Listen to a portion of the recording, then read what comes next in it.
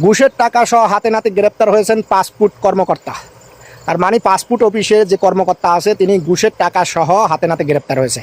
দেখেন, দেশ স্বাধীন হওয়ার পরও কিন্তু এখনও ঘুষ বাণিজ্য চলছে। আসলে যারা ঘুষ খাচ্ছে তাদের তো এক দোষ আছে, আর যারা ঘুষ দিচ্ছে তাদের আরও বেশি দোষ। এরে ভাই, তোর কাছে ঘুষ চাচ্ছে, এখন তো দেশ স্বাধীন, কানের 4 আঙ্গুল নিজ বরাবর 2টা দিয়া দেস না, তোর তো ঘুষ চাওয়া বন্ধ হয়ে যায়। তুই কী করস, ঘুষ দিয়ে তারপর তোর কাজ করানোর চেষ্টা করস। তো তুই যদি ঘুষ দেস, আমরা যদি ঘুষ দেই তাহলে তো সে ঘুষ খাবি। আর এই ঘুষখোরদের এখনও পর্যন্ত কী কারণে বিভিন্ন সেক্টরে বসায় রাখা হয়েছে, তাদেরকে কেন অপসারণ করা হচ্ছে না, এটা তো আমাদের বুঝে ধরে না। পাসপোর্ট অফিসে সবচাইতে কিন্তু ঘুষ লেনদেন বেশি হয়।